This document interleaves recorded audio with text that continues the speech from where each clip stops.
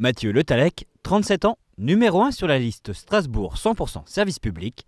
Soutenu par le parti ouvrier indépendant démocratique, cette liste à la gauche de la gauche entend initier une rupture avec la politique d'Emmanuel Macron, tant au niveau national que local. Voici leur projet pour Strasbourg. Le projet, c'est avant tout une liste de combat.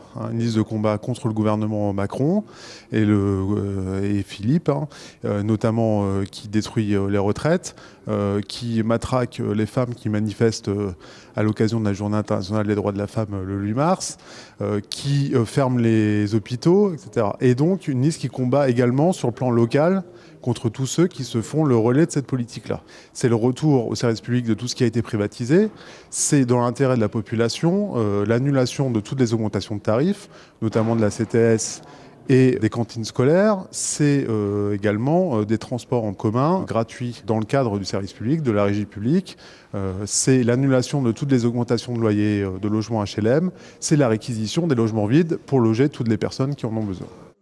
Sur la liste des travailleurs, des jeunes, des étudiants, des retraités, tout un panel de personnes engagées dans les divers mouvements sociaux, mais aussi des locataires de logements HLM.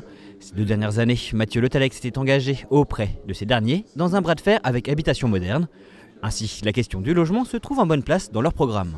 Il y a une politique qui vise à expulser du centre-ville les pauvres, voilà, avec l'arrêté anti-mendicité. Donc nous, on réclame l'annulation de l'arrêté anti-mendicité et donc le logement de tous ceux qui ont besoin d'être logés et donc qui passe par la réquisition effectivement des logements vides, des surfaces vides. Première mesure proposée par l'équipe de Strasbourg 100% service public, la fin du pacte budgétaire signé par la ville.